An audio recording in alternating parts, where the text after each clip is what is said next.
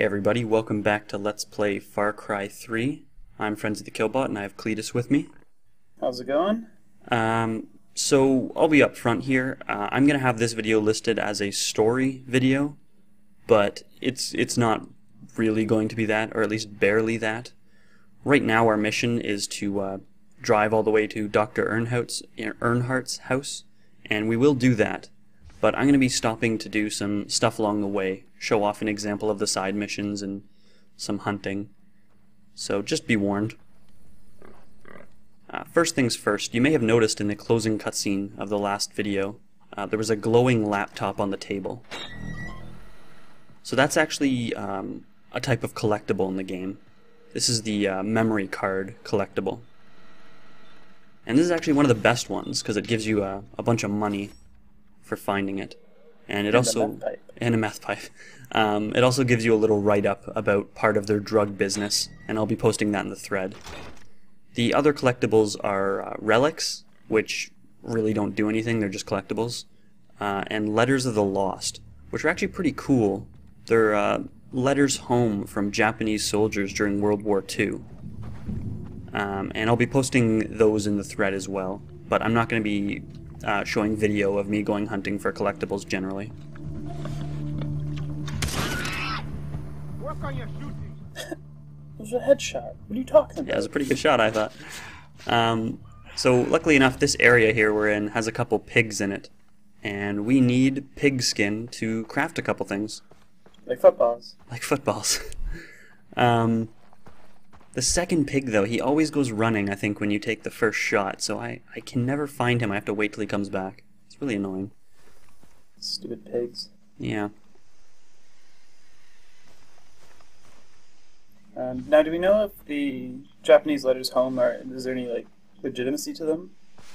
Legitimacy as in, like... Like, are they actual letters from World War II? No.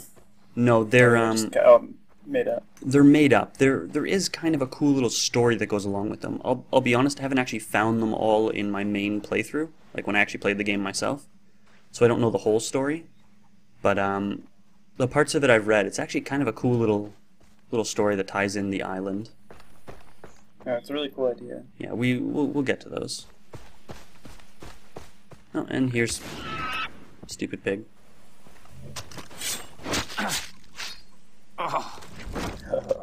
Yeah. Well, now that we have that, we can craft a couple things. Actually, I screwed that up, but we do have one skill point available, so we can throw that in something. The game unlocks large swaths of skills as you progress through the game. It's kind of goofy because you will never be hurting for XP. You get XP for like everything in this game, so essentially you can get whatever you want almost all the time. And we got the a bigger wallet and a bigger syringe kit, and both of these are useful. Not being able to carry enough money is annoying when you start, being at the maximum. Buying the good stuff. Yeah. Now here, the ammo pouch. This is what we needed those extra boar skins for from the other video. And the issue is that hunting ground we were at isn't real. It disappears. And you won't be able to find boars for a while unless you go specifically looking for them. And without that, you can't carry very much ammo, and that is super annoying, so I'm glad we got that out of the way. Here's the main two side missions in the game. We're going to go for this one first, and these are called Path of the Hunter quests. And they're all about killing animals. Essentially, we get a target animal or group of animals, and we need to kill them with a specific weapon or weapon type. So in this case, a shotgun to kill a pack of rabid dogs. Fun. Yeah. Yeah, I mean, they're kind of boring. I mean, it's a side quest, right? But once you get to the later side missions, you start fighting some pretty hardcore animals, and a lot of the time they make you do it with like a bow and arrow or something, which is just... Hand grenades only. I wish they did hand grenades only, because hunting with hand grenades is actually incredibly effective. Like a real redneck. And I don't know if you noticed, but there's a radio in most cars, and there aren't that many songs, but some of them are kind of catchy. I like this one. Anyway, here's where the mission starts, and we're gonna get, well, it's actually a new weapon. So it's the M133 shotgun. Pretty. Do you get to keep it after the mission? Yeah, absolutely. Sweet. It's a pretty standard pump action shotgun. Nothing too special. Yeah, so 5 rabid dogs. And if you look on the bottom left in the minimap, you'll see a blue highlighted area. And that's essentially the hunting area, so our target is going to be somewhere in there.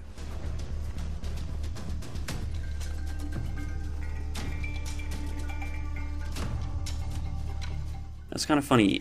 Dogs are not generally a particularly tough enemy, but I've actually died doing this little side mission, because if all 5 of them rush you and attack you at once, they can actually take you down pretty quick.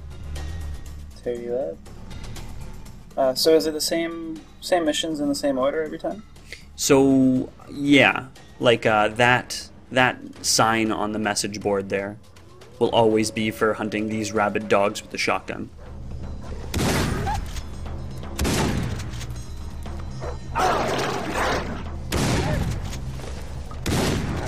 Better get some plants to get a rabies shot. Right, now the last 2 guys took off, so we sort of have to look around for them. Although, given a little bit of time, they'll actually come back after us.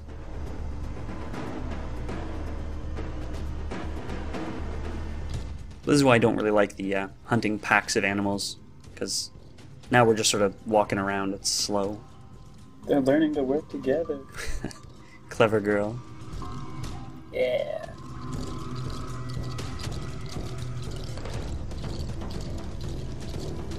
Can you imagine an open world Jurassic Park game like this?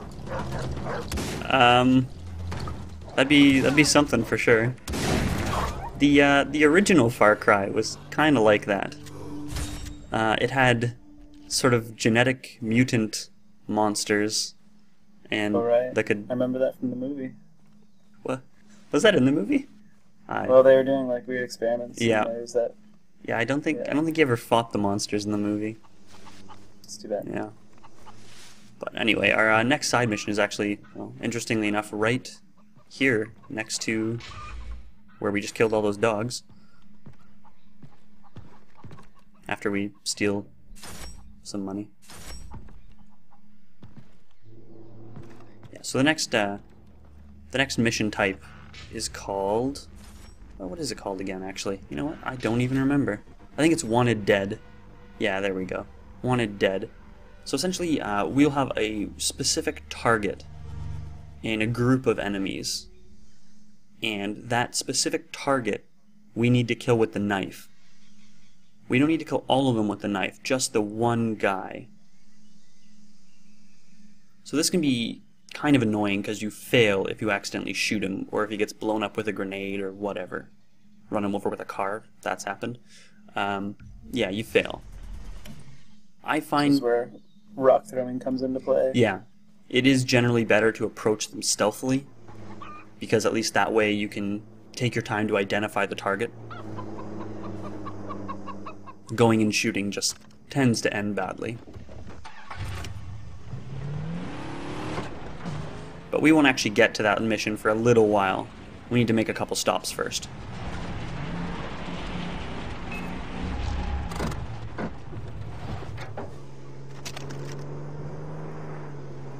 I see you're ready for someone coming. Yeah, I got the oh. You're going to die out here, asshole. Okay. Yeah, they saw us, but it took them a little while to get after us, which is kind of weird. You got me. The shotgun can be surprisingly effective sometimes. Yeah, I see that. Yeah. Although at other times it can be surprisingly ineffective. Although that might be user error. So right now I'm actually looking for goats. There's something I want to craft that requires goat skin, and this right here is a goat hunting area. But it seems like all I'm finding is more pirates.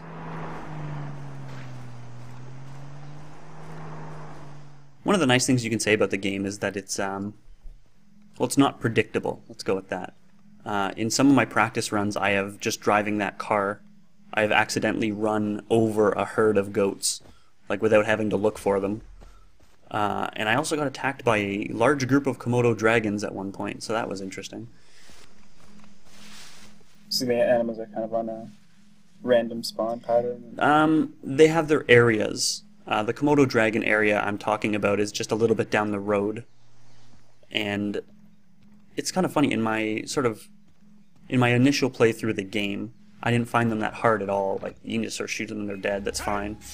But when they surprise you, they do a fair bit of damage, and when there's a whole pack, it's kind of scary, actually. I was freaking out. All I can picture is that part in Skyfall, so...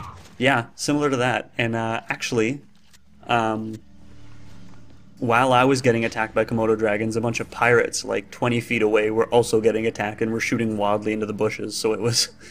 That's funny. It was actually pretty cool. So they interact pretty well with the wildlife, too? Yeah. Like on their own? Yeah, so sometimes you'll see them shooting into the bushes, and usually it's something like a tiger. They tend not to shoot at, let's go with passive animals. The vegetarian animals? Yeah, they'll usually leave them alone, but if it's something that's going to hurt them, they just start shooting. Goats.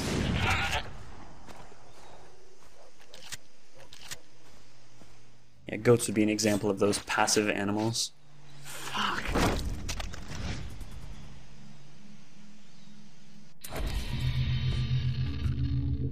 Now, it's not that I'm looking to make, it's this, the weapon holster. And this is awesome because now we're going to be able to carry 2 guns. So instead of having to carry around just a shotgun or just a pistol, we can carry something like that as a backup, as well as what I consider a more effective weapon like an assault rifle. It's pretty handy. Yeah. Throughout the game we'll be expanding our capacity, and we'll be able to carry 4 guns by the end. No, I don't see an ammo counter or anything. So it exists on the bottom right, but it's one of those things that sort of hides itself when you're not using it. Oh, okay. So when you shoot, it'll kind of pop up saying... Yeah, exactly. But right now I'm just sort of running around, so I don't need it. Yeah. And actually, we're back in Amanaki Village now. We just sort of went in the back way. But since we just unlocked the ability to carry 2 weapons, we're going to mess with our loadout a little bit. To the general store. Yeah. Now, one thing that was sort of explained in the game, but not specifically, radio towers. As you unlock them, you unlock weapons, but you actually unlock the weapons to be free. So like right now, the AK-47 doesn't cost us anything. We don't have to buy it, we can just pick it. As well as, yeah, as well as a new pistol, the 6P9. And this is, it's just another pistol, but it has one thing that I really like about it that I'm going to choose it for. And that's that you can add a couple attachments, including a silencer. I can see that being handy. Yeah. I'm also going to throw night sights on there because, well, they're kind of cheap and they look kind of cool. Why not? Yeah. So there we go. We've made a new loadout.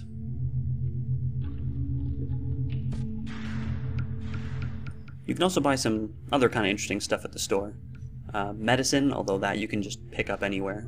But body armor is pretty helpful. And you can't, I don't think you can find it in the wild, as it were. I think you have to buy it at the store. This is our loot screen. This is all the random crap we've been picking up. I'm not really showing off the item descriptions, but if you wanted to, you could pause the video and read them. Are they worth reading? They're funny. They don't really mean anything. They're just sort of goofy. Now, did I see you sell like a toy helicopter? I don't think a toy helicopter. I don't think a helicopter. Yeah, I did go through them pretty quick. There's probably some. It'd be neat if they had like an RC helicopter. Yeah, well, like I said, all that stuff is not usable in any way. It's just to sell. It's too bad. The one interesting thing is all those descriptions are being written by somebody. There's also descriptions for every weapon, vehicle, animal, and some important locations. And as of yet, we don't know who's giving us this information. Someone's helping us out. Someone in the game. Mm-hmm. Someone who has an interest in us putting up a fight. Yeah. Here's another mechanic I haven't really shown off yet. If you remember in the first video, we took a camera. So this is what we use as our binoculars. And it actually lets us mark targets. And this is how we can sort of keep track of where bad guys are. It's very useful, especially when you want to be stealthy, because they both show up on the screen as such, and also on the mini-map, so you can see what direction they're facing and where they are. It's very, very useful. Yeah, marking targets is always amazing. Now, that one guy we saw marked with yellow, he's the target, so he's the sort of squad commander or whatever, but he's the guy we need to stab. Everyone else has different markers above their head that mean different things. The skulls are just normal bad guys, nothing special. And the jaws there are a dog.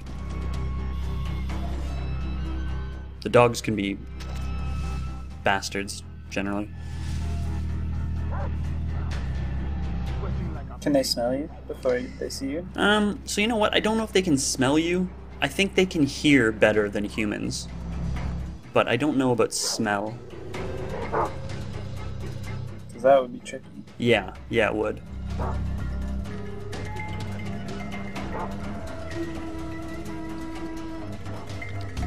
It was not. Shazam. Yeah, you gotta be a little bit careful. Sometimes guys driving by on the road will spot him.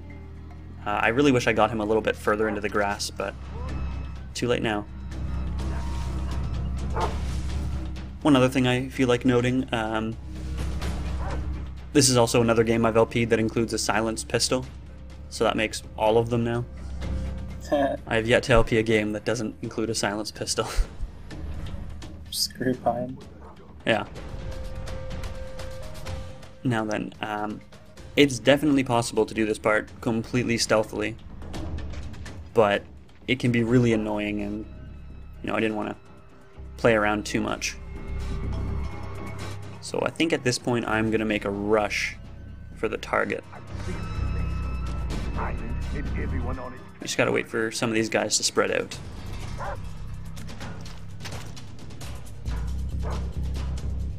What?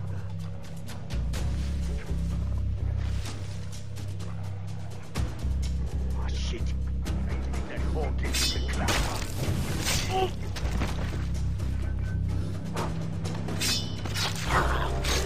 Yeah. Success. Did I hear wrong?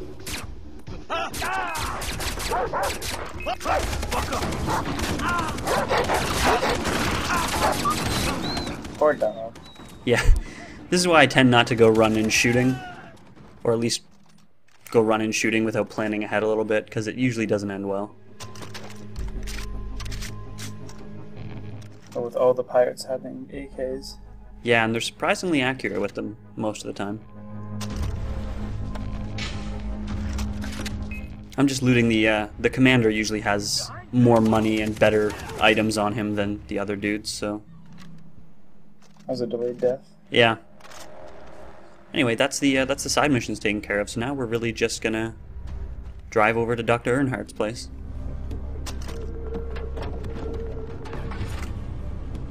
Take a nice little leisurely drive through the island.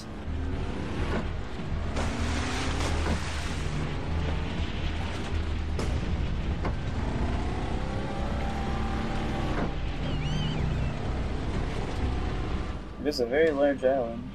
Yeah, it is actually. It's a pretty big world. Although it's kind of interesting. It's not so big that driving from one place to another feels too long. I know, so FarCry3, for example, was really bad for that. It was annoying to drive from one place to the other. In this game, I actually don't really mind driving around. it out and take a pot shot. Yeah, I thought they were gonna come a little closer than they did.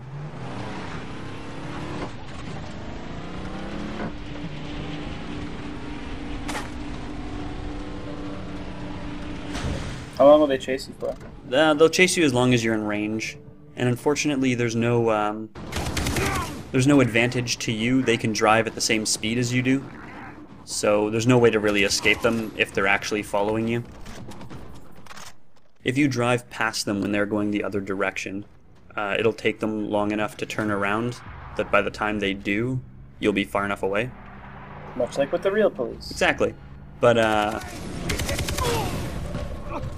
But if they're already going the same direction as you, then you don't really have much of a chance to get away.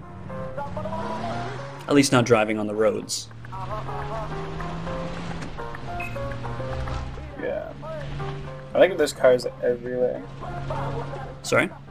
I've seen a lot of cars so far. Just like parked beside the roads and stuff. Yeah. So 10 points. I want to point out there, I think I actually got the 2 bad guys and missed the 2 hostages there. That's pretty sick. Although most of that was luck. Anyway, Dr. Earnhardt's house is up here on the top of the mountain.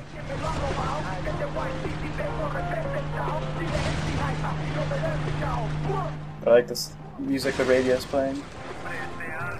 And how you park your car. Yeah, it turns out you can't go past here. So we're... One tough chain link fence. Yeah, we're walking.